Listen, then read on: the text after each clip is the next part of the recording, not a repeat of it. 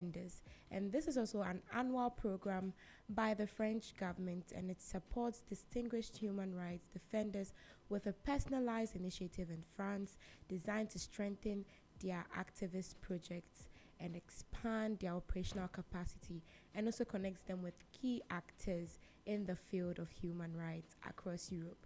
And the application deadline is the 4th of May. This one is very close, so you might want to go to their pages to check for the details and also to apply.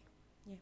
Yeah, so these two are available for young people. And so if you didn't catch them last week, please go on their websites, the Kofi Annan website, right? Yeah, the And Kofi then Annan apply to Classic. that. It is up until 4th May, which is this coming week. Please take these opportunities as they come. Jackie, Yeah. so this week as well, we have some nice opportunities that we want to share for young people. And so tell us about them. Okay. So this week's the opportunities cut across all industries, and I'm quite excited about the first one because it's not something we usually see when we look out for opportunities. Tell us about it. First, we have the International Brain Research Organization Neuroscience Training Grants, and this is to support PhD students and early career postdoctoral fellowships from under-resourced regions with a dedicated funding that covers the cost of attending a neuroscience training course.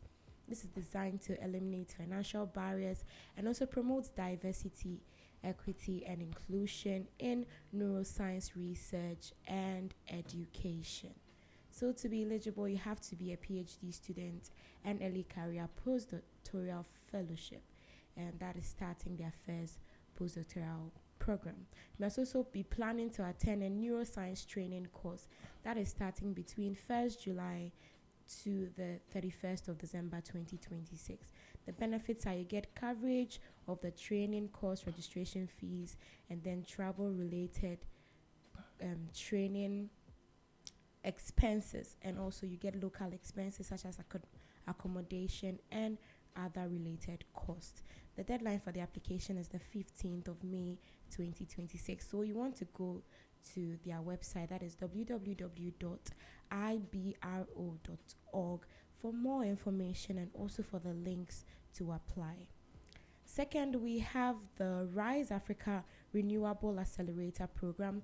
This is supporting African entrepreneurs and startups working in the renewable energy sector with mentoring, coaching, networking, and fundraising support, and is designed to help them transform innovative energy solutions into scalable and impactful businesses across the continent. To be eligible, you have to be between the ages of 18 and 35. You must be an African citizen or representing a startup registered in Africa. You must be developing solutions addressing the African market within the renewable energy sector. And they're also looking out for your English proficiency. The benefits are you get entry contributions up to 3,000 euros for up to 6 selected startups or entrepreneurs. There's also opportunity to compete for the Young Talent of the Year award, with a final prize ranging from 5,000 to 10,000 euros. There's also mentoring and coaching from industry experts. There's networking opportunities and visibility. There's also fundraising and so on and so forth. The application deadline is the 17th of May 2026. We also have the UNFPA Youth Leaders Fellowship Program. This is supporting Ghanaians with a 1 year transformative fellowship designed to empower ethical driven transformational leaders. It is offering professional development, high level mentorship, and the opportunity to learn a master's degree in youth leadership and development whilst gaining a UNV status. So to be eligible, you have to be a Ghanaian resident between the age of 18 to 30, and you must have qualifications from an accredited tertiary institution. You must be able to commit to the full 1 year on-site fellowship at the UNFPA Ghana country office at the and the University of Ghana, Legon, Accra. They're checking out for your English proficiency. You must also be passionate about leadership, sustainable development, peace and security, and also human rights. And there's also more opportunities. They're giving you a master's degree in youth leadership and development from the University of Ghana Digital Youth Village and also Center for Digital Youth Development. There's also a UNV status through partnership with the United Nations Volunteer Program. They give you a one-on-one high-level mentorship and coaching from high-achieving personalities across different sectors. There's also professional and career development opportunities in leadership at various levels and sectors. The application deadline is the 14th of May 2026. You want to check www.ghana.unfpa.org. We also have the 2027 Next Gen Foresight Practitioners Fellowship. This is also a one-year journey of project support, collaboration, and learning in community designed to equip young professionals with future and foresight capabilities to explore alternative futures and drive lasting social and environmental change at the systems level. To be eligible, you have to be a young professional, also between the age of 18 and 35 at the beginning of their futures and foresight journey. You must be committed to community and network building. You must work on a brave, pioneering, future-focused project idea for lasting change at the systems level in their communities or globally. You must also you must be a collaborative, long life learner with a long-term vision for impact that is at least 10 years ahead. And you must be from anywhere, from any part of the world, Asia, South America, wherever, even in Africa. We are looking out for people like this. The benefits, I get opportunity to win a grand prize of 10,000 USD at the end of the fellowship. There's also a 1,000 USD Kickstarter fund to support your project. You also get a platform to connect with like-minded people from around the world. And also the foresight capability building via introduction training courses. And there are many more exciting opportunities. You want to check their website, www.nextgenforesight.org, for more information and also for the links to apply. Note that the deadline is the 26th of June 2026. Finally, we have the 2026 Code for Africa AI for Good Fellowship. This supports African technologists with a 4-month fellowship to work with human rights defender organizations across neighboring regions in West and East Africa, designed to strengthen HRD impact through responsible use of AI while providing mentoring, networking, and hands-on prototyping opportunities. To be eligible, you must demonstrate experience developing AI-driven solutions that enhance civic information that support human rights defenders, or your AI should be addressing societal changes. You must also have skill in co-creating solutions with communities and CSOs. You must have a track record of testing AI solutions in resource-constrained settings. And they're also checking out for your fluency in English, French, or Arabic. You must also be located in countries such as Senegal, Mauritania, Mali, Burkina Faso, Niger, Chad, Sudan, Guinea, Benin, Togo, Cameroon, South Sudan, Ethiopia, or Somalia. The benefits are that you get a monthly stipend of $500 for the 4 months. You get mentorship from CFAs, Tech Lab, Data Lab, and AI Sandbox. There's also guidance from partner institutions in the Digitalized Youth Consortium. There's also collaborations with regional networks and many more. The deadline for this application is the 11th of May. You want to check www.opportunities.codeforafrica.org for more information. So that brings us to the end of this week's opportunity. This week's opportunity is amazing. I am quite excited about the neuro one in the beginning, and given it's quite fascinating that a niche such as neuroscience also gets support. So if you're a PhD student and then you need support with your travels, you need support with your field work and some travels, you should look at that. What's the website again that so it's www.ibro.org. That is where you find more information, and also the application link. Amazing. Jacqueline, always thank you so much for presenting us with opportunities. And young people, as I always say, I hope you are taking these opportunities. I hope you are applying. I hope you are getting these opportunities. Send us testimonials. Tell us about when you applied to an opportunity and you got in, and let's share these stories with young people out there. Jacqueline, today we have an interesting conversation coming up. We want to discuss the role of entrepreneurship fairs and how it develops youth enterprises. I mean, you have worked within the university ecosystem. Do you think entrepreneurship fairs are important? They are quite important. If you don't find yourself around that space, most of us are not able to tell what you do. Maybe you are not communicating it right. When you join the entrepreneurship fair, you are creating visibility for your product.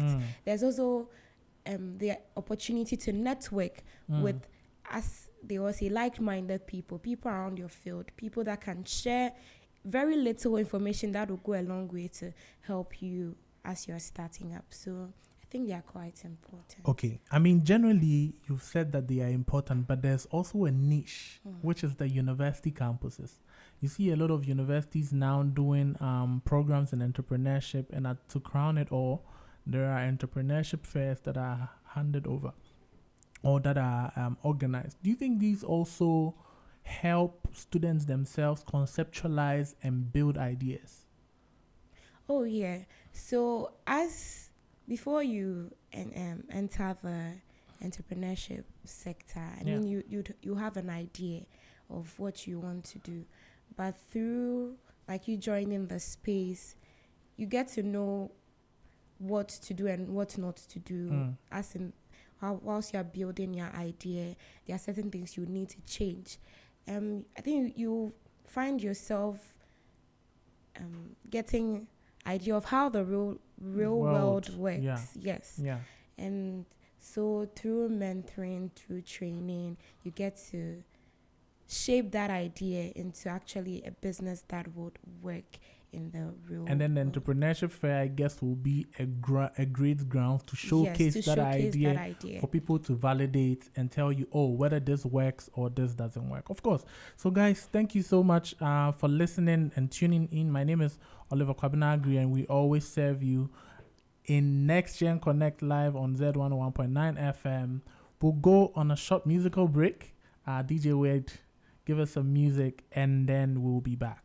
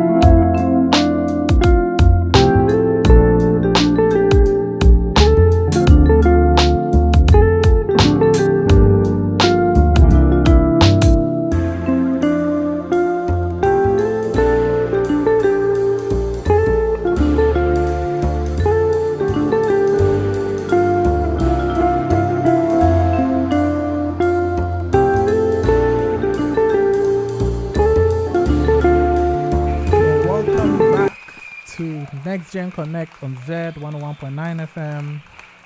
That was See What We've Done by Kim Promise and Mr. Easy. Amazing song by all standards. And you're welcome once again. You can join us on digitals on ZFMGH on Instagram, Facebook, and X, and also Z Multimedia on YouTube and TikTok. We are going to have an interesting conversation today, and we are going to have it with students from the University of Media and Communications, UNIMAC.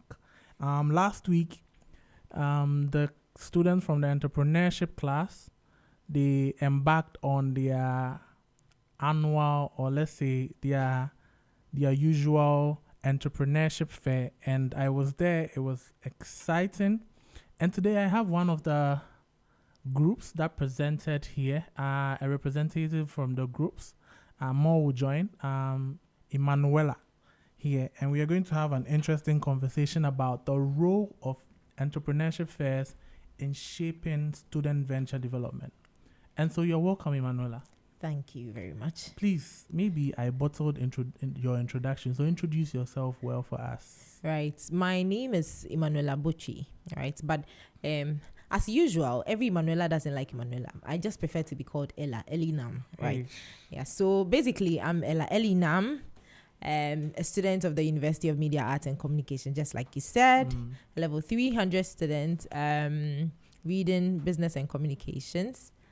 And yes, I was part of the entrepreneurship. What was your team again? My team is Team Snapwash. Okay. It's very interesting that a group of young people will come together within an academic institution, form an entrepreneurial group, actually go ahead to develop a product and actually make sales at the day of the fair.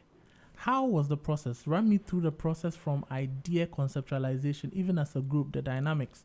People would contribute, people won't contribute. How was the whole thing like before it ended up in the final product that you guys developed? All right.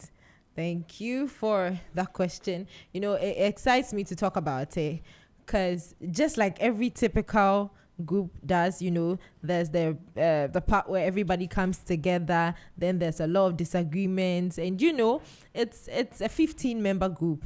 You can imagine. A 15-member group. And you know, the larger the group, the bigger the chaos, right? And so everybody has to bring their idea, and then we have to pick one. You know, whose idea is it going to be? Who is going to be offended that my idea wasn't picked, right? But my group was so amazing, super amazing. We had very matured people on the page, on the group. And so we came up with a couple of ideas, you know. And so when the ideas came up, we went to our lecturers. Oh, this is what we have. And you see, there were guidelines that were given, right? Yeah. And so you run your ideas through the feasibility test. And then we ourselves were able to do that, to come up with the best theory, you know. So every single time I have to meet with my group, I feel so proud of the people I have as group members, right? And so we went through the brainstorming. We were able to come up with a concept. That concept, we nurtured it for a while. And then when we got to the day of a presentation, a week to a day of the presentation, then we learned that the idea wasn't too feasible. You can imagine, right? And so, amazing. So within a week, we had to change concept. We had to change idea. We had to go back and pick one of our top 3, start developing on it. We had a Rambo style, with the entire idea, and then it turned out to be so good. You know, when we went for our first presentation, the lecturers were impressed. Because of our idea. So we've been doing a whole lot to you know, our product is it's a product. It's a good, right? It's a physical product. And so do we want to do it ourselves? Do we want to outsource it to someone? And the criteria was that we should be able to do it. And so we had to squeeze ourselves, you know. We were weekend students. We are weekend students. We work during the week as well. And so you can imagine how stressful it was trying to, you know, do it well. Juggle the school with developing the product. We did good. I have to ask you a question. With all this group work and then developing product, last minute changes, do you think it is worth it? It is. Highly. Wow. because we didn't only come up with a project work as we were supposed to as students. We came up with a business idea. We came up with something that could change our lives forever, right? And so we, at that point, from the starting point, didn't know that this is where we were going to get to. But then every step of the way taught us that this could be something that could make a very big impact in our lives. Amazing. So let's backtrack a little bit. I know you've spoken about the whole process of developing the idea as a group and how it has come this far. Do you think, as a person or a student within an academic institution, there are several avenues, or there are avenues for you to express yourself in terms of business aside an entrepreneurship fair? I am trying to build a point. This entrepreneurship fair gave you the opportunity to come together as a group to ideate, to develop a product. Do you think, aside these opportunities within the fair, there are other opportunities within our curriculums that allow students to express themselves within ideas and develop actual products that can turn into ventures? If they are not, what do you think our curriculum should include? Or how do you think we should position our curriculums to be able to let students think outside the box, not just go through and write exams, but think outside the box and develop products, develop things from the academic work? Right. So absolutely, most of our courses or the curriculum gives the opportunity to explore business, right?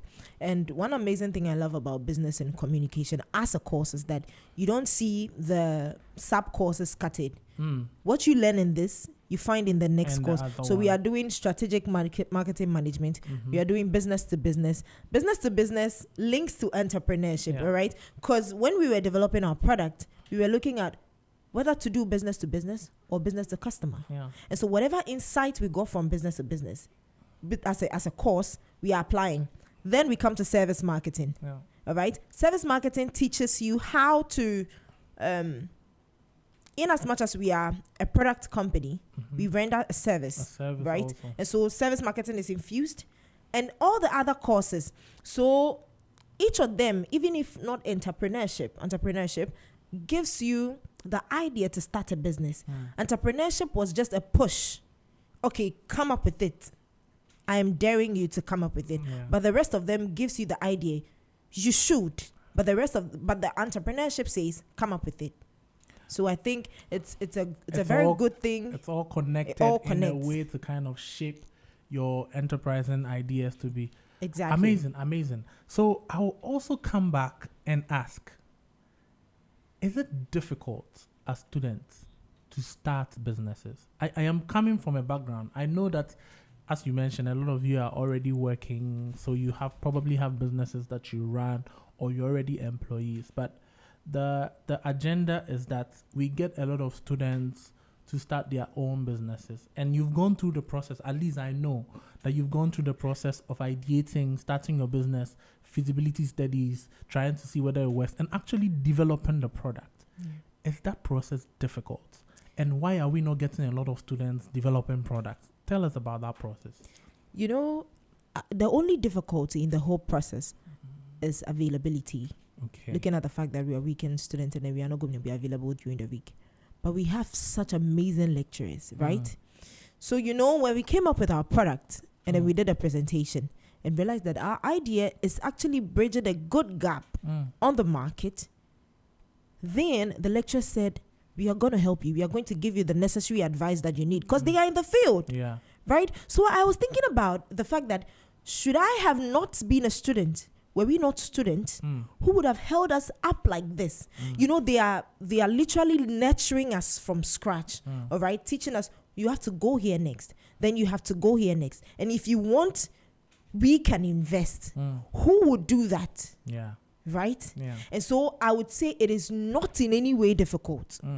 And if we talk about why students are not venturing into it, then I'm also baffled, because I find this as a very great opportunity for everybody to explore. Because if because there were actually investors that were invited to the day of our fair, right? Yeah. And then when they find out that your idea is visible, they are going to invest. Yeah. And so I think that everybody should put in their all. Think about it. Don't just look at it as an assignment or as something I need to go and present on. Yeah. Think about it. This is something that can change my life.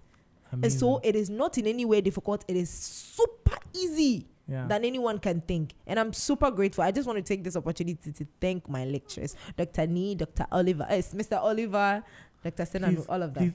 Mr. Oliver, is it this one or another one? Apparently. So maybe I should also send a shout out to the lecturers within the marketing entrepreneurship department at UNIMAC, the dean, Dr. Prisla, the HOD, Dr. Senanu, Dr. Nino Kwe, amazing gentleman, and all the faculty members that are helping develop courses like this. I will say, you've spoken about the process. Now tell us the amazing product that you developed so that people will know that simple ideas or even finding simple problems within the society can turn into a product. So tell us about what you developed. All right. So we came up with, just like I said, a product that bridges a gap. So the first idea was, because I sit in a Trotsky a lot and I like to eat plantain chips on the road. And so the problem I keep facing is my hands are dirty, right? I have held the car, I've held the seat. I don't know who touched it. So how do I wash I can't even wash my hand in the car. Yeah. And so then we have to think of something that is portable, something that makes the hand washing possible. And then we came up with Snapwash. Snapwash is a product that is like a wine that comes in a dual pouch. So the first chamber of the pouch includes a soapy wipe, whereby when you apply it on your hand, you can actually see the soap, just like you are washing your hand, right? And then the other chamber of the pouch is the water wipe, where you can actually see the water from the wipe, doing justice to the soap that you've applied on your hand, right? Yeah. And so that is basically our product. We are bridging the gap of hand hygiene.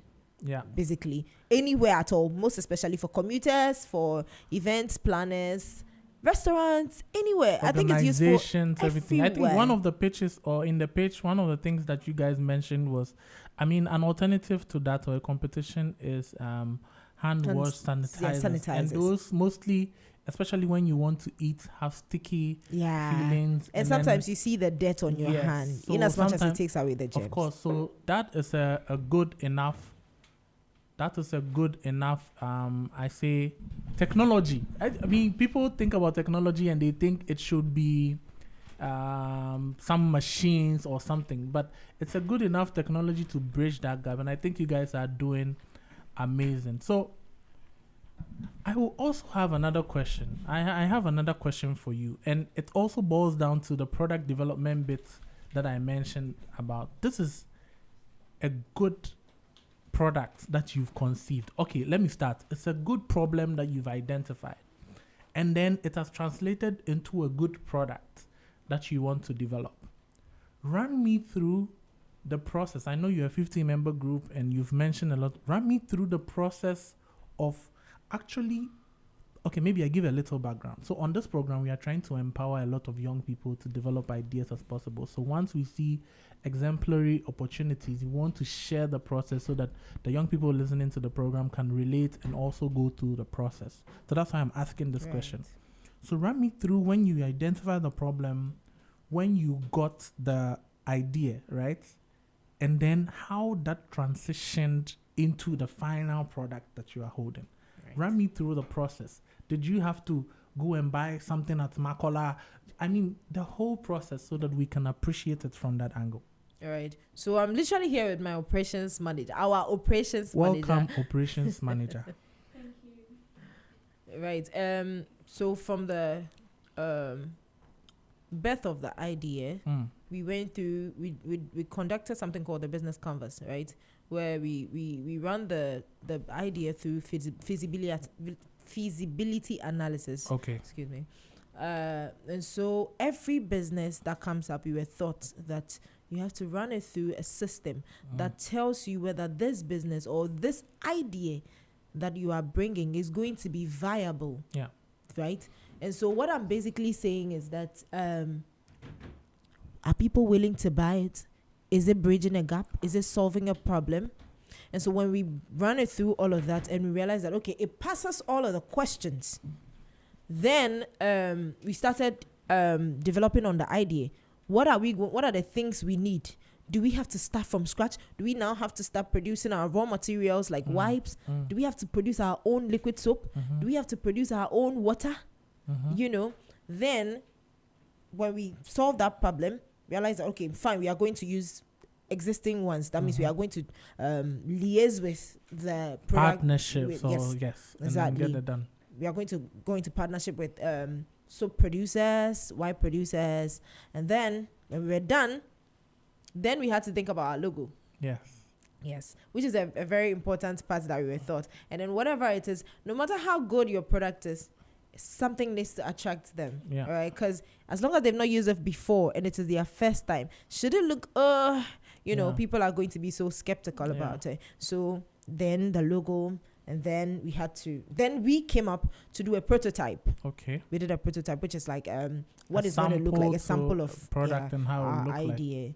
And then we saw the gaps in what we did. Then we expanded on it, and then we actually developed it way earlier, which gave us the opportunity to keep bettering it, making it better and better till the day of the fair. Amazing. We are joined here by Miss Yvonne Kafui, who is also you said she's the operations manager. And please, you didn't tell us your role, Ella. I'm actually the marketing. I'm part of the marketing I can team. tell you. I can tell. So Kafui, you're welcome. Thank you, sir. Okay, so as your role as operations in managing develop this project, what was the process for you managing 15 students or being part of a 15-member group that is developing a product? What was the process like for you? Well, it was a really tough one for me. We were dealing with different kind of human beings. Honestly, it was really tough. And I think I'm an entrepreneur. I own a business, so I know what it takes to produce a product. From packaging, labeling, sourcing of raw materials and all of that. So personally, I took this very thing as my own personal thing, from making sure we get the right labels and information on the label, and then getting the very good and then right material, like the wipes, the type of soap we are using, and any other materials we're going to use. Yes, and then going to the market and all of that was quite a tough one, okay, I must say. But then at the end of everything, I'm glad that we were able to bring up a very excellent product that people see and then they are like, are you sure you import this? Because they can't believe that this is actually handmade. This is not a machine-made thing, as at what we have now. Yes. Amazing. I can imagine the struggles that you go through to manage members like this, and also the most important thing that people say, funds. You know, developing a product with funds, even is difficult. Yeah. So developing product with students without funds, I want to understand how you guys managed to pull funds together as a student group to develop your product. Okay, so Any of you can take it. Right. So what we did is we had a budget. Okay, so we came up with a budget, and then we are actually 17. 17. Yeah. 17 Two of people us. joined later. Wow. Yeah, so 17, and then we divided that budget by the number of students, and then we all came up with an amount that we had to pay to be able to put this up. You know, you get some people paying, you have excuses here and there. And all Yeah, that, but I understand the students. career. Exactly. yeah, some don't really understand what is happening, even though their grades or their marks are at stake, but they don't really see the need to really put themselves in there. I think you said something that is really important. Yeah. Grades and marks. Yeah. Sometimes I want to put the two together. At the end of the day, there's a product that is viable that students can take on to develop and make money. On the side is also your marks that is at Yeah. stake. And as students developing a product, you need to work through the balance of developing a good product and also keeping your marks Very high. in your mind. Yeah. So tell me how you've been able to do that, and then how you have the product. I'll ask you about where this product is going from here. But then I just also want to understand how you think about it. Let's say you did this product, you got an amazing product, but then you get half of the grade. Would you be okay with that? That the outcome is that you got a great product, or you want to get a high mark and then a product that is not feasible. You know, some people think about it that way. So I just want to understand the priorities for you. What is it for you? Does it come to bear, or you are looking at just developing a product and running with it later? Yeah, I think I'll take both of you, but can you go first? Can we go first? So I think this is relative. Yeah. For me, it's both the products and the grades. Okay. Well, I remember when we were doing all of this, one of them kept calling me Madam Perfectionist. Yeah. Because when I come in and realize that you're not doing something right, I'll tell you that it's not done this way, I don't want it like this. It's not just about the product being on the market, but at the end of the day, we are going to be graded. And our goal for that fair was actually to be first. Wow. Yes. I know the disappointment that came with Yes. being second. But yeah. Till now, I've not really accepted Oh, don't it. worry about that one. Yeah. No, So it's- Ella, what do you think about that as well? You know, I think it goes hand in hand, right? Coming up with a very good product to impress the judges means good grades. Yeah. That means that you have put a lot into it, right? That means that you've gone sleepless nights over it. That means that, you see, you can't go through, the moment you even go through the entire process, that means you've grasped the course, all right? And then I love the fact that it is practical, Yeah. all right? And so we still wrote an exam for it anyway, Yeah. but it is in such a way that if you had put yourself in the business that you were supposed to develop, you would have it so easy, you know, in the exam. Yeah. And so if you're able to come up with a very good product and impress the judges, then you are coming up with a good grade. I agree with you, and I think that's the case, right? Yeah. And my question would be, so what is the future of Snapwash? I mean, there are 17 stakeholders now Right. in the business. I know students and people will say, okay, this was just for a grade, so I'm going to drop off. But I still think you have a very great business. You have a great product that can be a game changer. So I'm just asking, what is the next step for Snapwatch? What are you guys going to do? Are you going to sell it to somebody, a company to take on?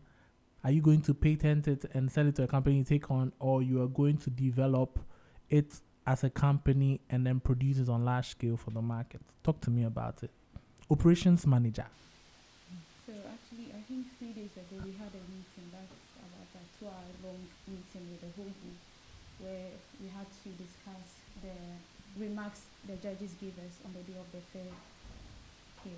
Then after that, we had to talk about how we would develop the product, because we really want to do this as a business. Right now, we've transitioned from just a group work, something A group work. to a business. Yeah. So our first thing is to register the business and then see how first we can improve on the product. But then before then, we are 17, and Yeah. the last week really showed us some people that would not be needed. Yeah. in this group, because Madam they were just Perfectionist. Right. yeah, because even though it's involved their grade, they didn't take it serious. Mm. So how much more When it somebody- becomes a yes. business. Yeah. But then when we're asking those who would want to back out now, we are not getting anyone like that. Mm. So as of now, we are trying to develop a strategy that would help us to eliminate some people. Hey, We just students, have to you're work muchimu hard. yediyo. Keep them. You never know. They will be your No, investors, or they will be your. They are going to worry us. I see. Honestly, because during the process, I personally had to beg some of them to come on board. And this is not just for me, Yeah. it's for all of us. But they didn't see it that way. Some would Mm. say I'm busy here and there. I had to Mm. sacrifice a lot to do Mm. what we were doing. You know, but some wouldn't even appreciate all of that. And now that they feel like people are interested in our product and would want to invest, Yeah. they are there and they don't want to go out there too. They don't They really want to want stay. to commit Mm. to it. So to prevent any future issues, it would be okay to just clear them off. And then I'm sure with the few that we have along the line, if you don't do too much, you'll find a strategy to also drop you off from them. I understand. Ella, what is your opinion about operation managers' point of view? Well, I would disagree with the fact that we need to discard them off, because Mm. a business is a business, all right? Yeah. And the moment it takes off, Mhm. all right, you see people backing out Mm. willingly. Mm. And so I really don't support the idea that she guys should come out. There will come a time, Mm. all right? The going is going to get tough, but we are going in hard with this product Mm. because it's actually solving a problem. It is bridging a gap. It is I actually agree. needed. And amazingly, we already have people calling for the product Yeah. already. I'm one of the people that are really want Right? to. Yeah, because I think it's an amazing product that when it's yes. supported and it is developed, it is different from what Yeah. is on the market, and it actually has traction. It's a Exactly. business that can work. Yes. Yeah, let me go to my next set of questions. We have Right. some limited time, so let me Right. go to my next set of questions. So today, I was at the launch of the student entrepreneurship and enterprise development program, which is by the NEIP, and the vice president was there. It was launched, and it's a program that is going to support university students to develop their businesses. And I was excited about it because the first thing that came into my mind was your team and then what we did last week at the entrepreneurship fair. And I saw so many brilliant ideas that if there's such a program and we can link the two, it can support. What do you think policy or government, the role they have to play in things like this? Students, enterprise development, and then national entrepreneurship goals should not be apart. It should be connected. Like the way a university lecturer has thought that this is good, it should be connected to something bigger than a national priority. So what do you think about it? How do you think government can support, aside programs such as Seed that is leading the way? There was a Jumara program that I also participated in extensively, and the student version is the Seed. Aside these programs, what do you think government should do? Should attention be paid to the student track and the kinds of business? What do you think?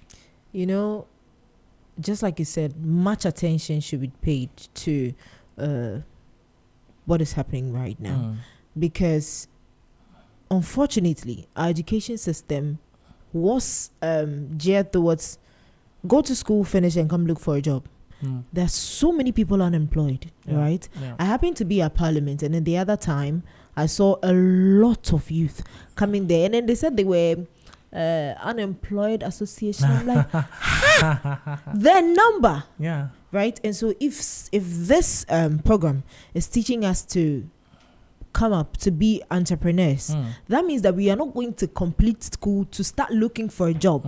That means that we are going to create a job and then employ people. Yeah. And so if the government is looking at it, is looking into it, then it is a very good step. Yeah. It's a very needed step, because now it's going to limit the rate of unemployment and open the opportunity for more jobs from the youth. Yeah. Right? So I think it's a very good initiative, and I really, really commend the government for taking And then up this I'm initiative. hoping that groups like yours will be connected to the program. I'm particularly interested in that part of the people that will be working on it. So I'm hopefully going to work together with Dr. Nita Key and then Dr. Sen, and we definitely will have a pathway to support groups like you. So I'm excited. Now, one of the last questions that I'll ask is the importance of entrepreneurship fairs. As a student, what has been your experience? Has this journey guided you to start your business? I've seen it, but I want you to tell your own stories. Has this journey guided you to start your own businesses? Is it something that we should encourage within our courses? You've gone through this process. How should we change it to be more effective? I know this one was quite good, but of course there's been some challenges with students not participating. As student, what is your feedback? How should these courses be programmed such that the best outcome will be achieved? Right. Right. First of all, the entrepreneurship as a course is very good. Definitely there are pros and cons of everything, right? And over the years, there's always a fair, right, where you mount your tables and then you make sales. But this time around, it wasn't so much like that. But it was still good because at the end of the day, we still got investors. Yeah. And so what I think should be done is there should be more investors on board, Okay. such that when these programs or when these presentations are about to happen or when these fairs are about to happen, then we have people who are willing to invest. Secondly, when we met as a group, just like the operations person said, when we met as a group, then we had to think about the fact that, we want to register our business. What are we going to do? Okay, let's go back to Doc to teach us the way. And so should we have people who are there when they see that, okay, your business is good, this and this is good, however your business is, when they realize that, okay, it's going to be feasible, then we have people who are going to educate us that we don't have to now start looking for them, all right? But on the onset, we have people who are going to hold our hand. I think is it bootstrapping?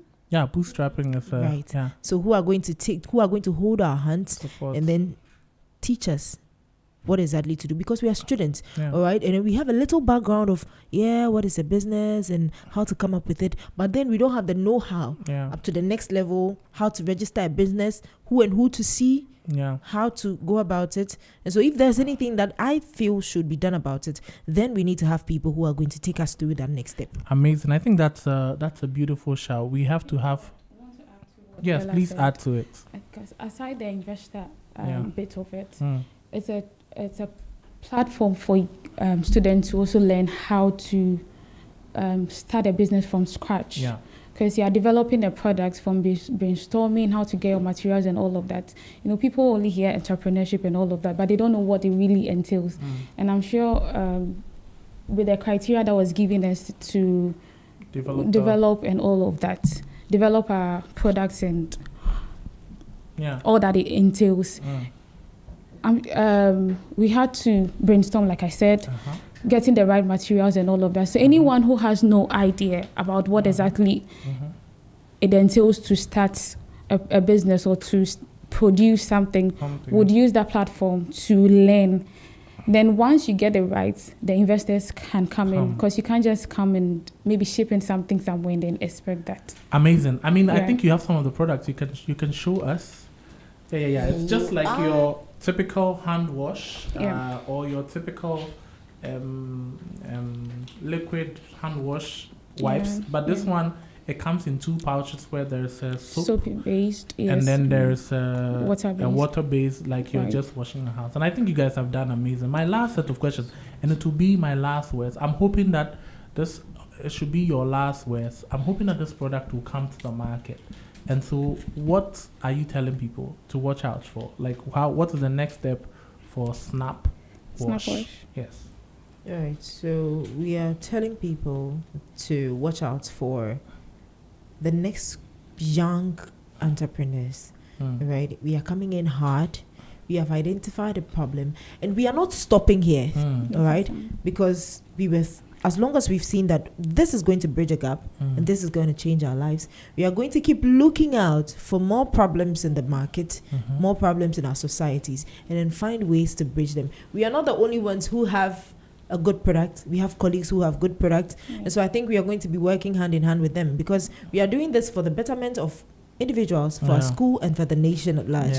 And so watch out for Snap Wash, because we are coming in big. We are going to get this registered. We are going to come up with lots of products. Get your monies ready. You need it. Amazing. Kavi, do you have any last words as well? I think Ella has said it all. They should just watch out for us, because this is convenience in a pack. Thank you so much. And this has been Ella and Kafui. I really appreciate your time and for coming on the Next Gen show on Z101.9 FM. On this show, what I say is we are providing opportunities for young people, and every time in the first segment of our show, we give a lot of opportunities out. So if you've not registered, if you've not applied to all the opportunities that we gave today, go on the websites that we provided and then apply to them. And also, we've had a very interesting conversation with Kafui and Ella about the role of entrepreneurship fairs in developing student ventures. And that is our show for today. It's been exciting. I always say that if you're a small business and you want a way to connect to young people, this is the show DM us, get through to us, and we'll connect you to young people. It's just like a small fee that we will take you, and then we'll connect you to young people. We are excited. Up next is Highway 1019, and we are out of here.